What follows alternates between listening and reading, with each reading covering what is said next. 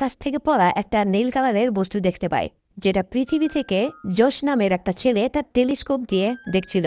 আর ওই জিনিসটা একটা স্যাটেলাইটের সাথে ধাক্কা লাগে, আর সেটা যেখানে পড়ার কথা ছিল ওইখানে না পড়ে জোশ নামের ওই ছেলেটির ঘরের মধ্যে থাকা ফিশ বোলের মধ্যে পড়ে যায়। আর ফিশ বোলের মধ্যে থাকা সকল পানি নিজের মধ্যে শুষে নেয়। এটা দেখে জোশ নামের ওই ছেলেটা অনেক অবাক হয়ে যায় এবং ভাবে যে এটা আবার কি জিনিস রে বাবা। এরপর 3 মাস পরে ওইরকম আরও একটা জিনিস পড়তে দেখা যায়, যেটা আগেরটার থেকে একটু বড় ছিল, আর সেটা একটা ফাঁকা জায়গার মধ্যে পড়ে যায়। আর একটু পরে আমাদের দেখানো হয় যে ওই জিনিসটা মানুষের মতো দেখতে কিছু একটা ছিল, আর সে অনেক অদ্ভুতভাবে হাঁটাচলা করছিল। আর সে লোকজনদের এমনভাবে দেখছিল যেন সে তাদের কাঁচা খেয়ে ফেলবে। এরপর সে যখন রাস্তা পার করছিল তখন একটা গাড়ি এসে তাকে মেরে দেয়, যার জন্য তার পা ভেঙে বাঁকা হয়ে যায়। আর ওই গাড়ি থেকে একটা মহিলা বের হয়ে তাকে দেখতে যায়, কিন্তু ততক্ষণে সে ওখান থেকে পালিয়ে গিয়েছে।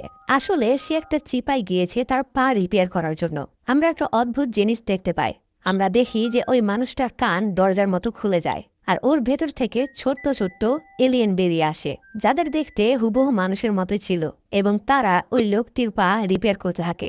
আসলে এটা কোনো মানুষ ছিল না, এটা একটা মানুষের মতো দেখতে স্পেসশিপ ছিল। এই মানুষের মতো দেখতে স্পেসশিপের মধ্যে অনেকগুলো এলিয়েন এসেছে। আর মুভির শুরুতে আমরা যে একটা ছোট্ট জিনিস পৃথিবীতে পড়তে দেখেছিলাম, ওই জিনিসটাই তারা নেওয়ার জন্য এসেছে। এদের মধ্যে আমরা ওই এলিয়েনদের ক্যাপ্টেনকে দেখতে পাই, আর তার মতো দেখতেই এই স্পেসশিপটা ছিল, আর তার নাম ছিল নাম্বার 1। আসলে এই স্পেসশিপের মধ্যে যতগুলা এলিয়েন ছিল তাদের নাম এরকম নাম্বার দিয়েই ডাকা হতো।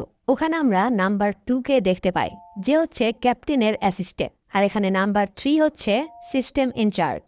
আর এরকমই এখানে আরো 100টা এলিয়েন ছিল যাদের ভিন্ন ভিন্ন কাজ ছিল। সিস্টেম ইনচার্জ ক্যাপ্টেনকে বলে যে অ্যাক্সিডেন্টের জন্য স্পেসশিপটা আর চলতে পারছে না, কিন্তু পৃথিবীর টাইমের 2-3 দিনের মধ্যে আমরা এটিকে পুরোপুরি ঠিক করে দেব। আর ওই শিপের ট্র্যাকিং সিস্টেমও খারাপ হয়ে গিয়েছিল। এখন ক্যাপ্টেন তাদের একটা মিটিং এর জন্য সবাইকে ডাকে, আর এখানে আমরা জানতে পারি যে তারা প্ল্যানেট নীল থেকে এখানে এসেছে।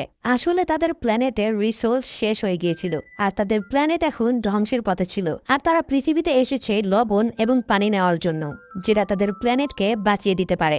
এজন্য তারা পৃথিবীর সমুদ্র থেকে ওই বলের সাহায্যে পানি এবং লবণ নেওয়ার জন্য ওই বলটিকে এখানে পাঠিয়েছিল, কিন্তু স্যাটেলাইটের সাথে ধাক্কা লাগার কারণে ওইটা অন্য জায়গায় গিয়ে পড়েছে। আর এখন তারা ওই বলটা খোঁজার জন্যই এখানে এসেছে, আর ওই বলের নাম ছিল অর্ব।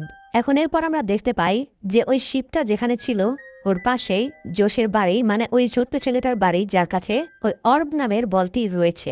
এখন জোশ ওই মানুষের মতো দেখতে স্পেসশিপটাকে দেখতে পায়। তাকে দেখার পর সে তার মাকে এই ব্যাপারে বলে। আর আমরা দেখতে পাই যে তার মা ওই মহিলা ছিল যার গাড়ির সাথেই এই স্পেসশিপটার অ্যাক্সিডেন্ট হয়েছিল। এখন তার মা জলদি করে স্পেসশিপটার কাছে আসে।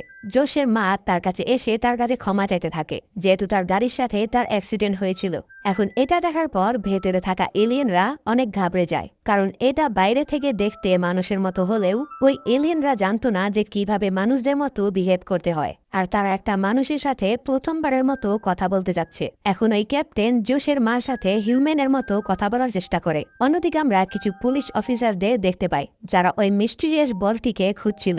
যে জায়গায় ওই বলটা পড়েছিল ওখানে ওই পুলিশেরা পৌঁছে গিয়েছে, এবং ওখানে তারা একটা মানুষের মুখের ছাপ খুঁজে পায়। পরে তারা ওটার মডেল তৈরি করে ওই মানুষটিকে দেখতে কেমন ছিল এটা বের করে ফেলে। পুরো শহরে তাকে খোঁজার জন্য পুলিশরা লেগে পড়েছিল। আর এখানে শিপের ভেতরে থাকা ক্যাপ্টেন জোশের মায়ের সাথে কথা বলার চেষ্টা করছিল। আর যখনই সে কথা বলতে যায় তখন আওয়াজ এত বেশি ছিল যে আশেপাশে থাকা কাচের জিনিসপত্র ভেঙে যেতে থাকে। এরপর তারা সাউন্ড ফ্রিকোয়েন্সিকে কমিয়ে দেয়। এরপরে ভেতর থেকে ক্যাপ্টেন বলে যে আই এম ওকে। পরে জোশের মা জোশকে স্কুলে পাঠিয়ে দেয়, আর ওই স্পেসশিপটিকে তার বাড়িতে ইনভাইট করে। এখন জিনা তার নাম জানতে চায়। আসলে জিনা হচ্ছে জোশের মায়ের নাম। এরপর এই স্পেসশিপটা নিজের নাম ডেভ বলে, যেটা সে এইমাত্র গুগল থেকে বের করেছে। এরপর জিনা ডেভকে নিয়ে তার বাড়িতে যায়। ওখানে যাওয়ার পর শিপের মেম্বাররা একটা পিকচার দেখতে পায়, যেখানে জোশের ফটো ছিল, আর ওই ফটোর ভেতরে ওই অর্ব নামের বস্তুটিও ছিল। এখন জিনা বলে যে এই বলটা জোশ তার স্কুলের সায়েন্স এক্সিবিশনে দেখিয়েছিল। এখন শিপের ভেতরে থাকা এলিয়েনরা জোশের লোকেশন ট্র্যাক করে ফেলে, আর জিনাকে এক্সকিউজ দিয়ে ওখান থেকে চলে যায়। এখন শিপের মধ্যে দেবের মুভমেন্ট কন্ট্রোল করছিল হচ্ছে নাম্বার 2। তার মানুষদের প্রতি অনেক রাগ হয়, কারণ তারা কোনো রুলস মানছিল না। আসলে তাদের প্ল্যানেটে সবাই সকল রুলস মেনে চলে। এখন নাম্বার 2 এরকম রাগ দেখে ক্যাপ্টেন স্পেসশিপের মধ্যে থাকা ডক্টরকে তার ওপর নজর রাখতে বলে। এরপর দেব অ্যাপেলের শোরুমে যায়, যেখানে একটা সেলসম্যান তাকে একটা হেডফোন হাতে ধরিয়ে দেয়। তখন সে পাশে থাকা লোকটির মাথায় ওই জিনিসটা দেখতে পায় এবং সে বুঝে যায় যে এটা দিয়ে তাকে কি করতে হবে। এরপর সে ওই হেডফোন তার মাথায় পরে ফেলে, কিন্তু যখন ওর ভেতরে গান বাজতে থাকে তখন স্পেসশিপের ভেতরে থাকা সকলের অবস্থা অনেক টাইট হয়ে যায়। এরপর সে একটা পার্কে যায়, সেখানে সে একটা কাপলকে রোম্যান্স করতে দেখে। তখন ওখানে গিয়ে সে ওই মেয়েটার চুম্মা নেওয়ার চেষ্টা করে। এরপর যখন সে ওই পার্ক থেকে বেরোতে যাবে তখন পার্কের ভেতরে থাকা বাচ্চারা তার পোশাক দেখে তাকে আইসক্রিম ম্যান ভাবতে থাকে। সেজন্য দেব তার পোশাক পরিবর্তন করার জন্য একটা মার্কেটে চলে যায়। এখন ড্রেস কেনার জন্য অবশ্যই তার কাছে টাকা থাকতে হবে, কিন্তু তার কাছে কোনো টাকা ছিল না। এজন্য সে ওখানে থাকা কিছু টাকা স্ক্যান করে, আর মুভির শুরুতে দেখানো ওই আইকনিক সিনটা আমরা দেখতে পাই। এরপর সে একটা চেঞ্জিং রুমে গিয়ে তার পেছন দিক দিয়ে টাকার ঝর্ণা বের করতে থাকে।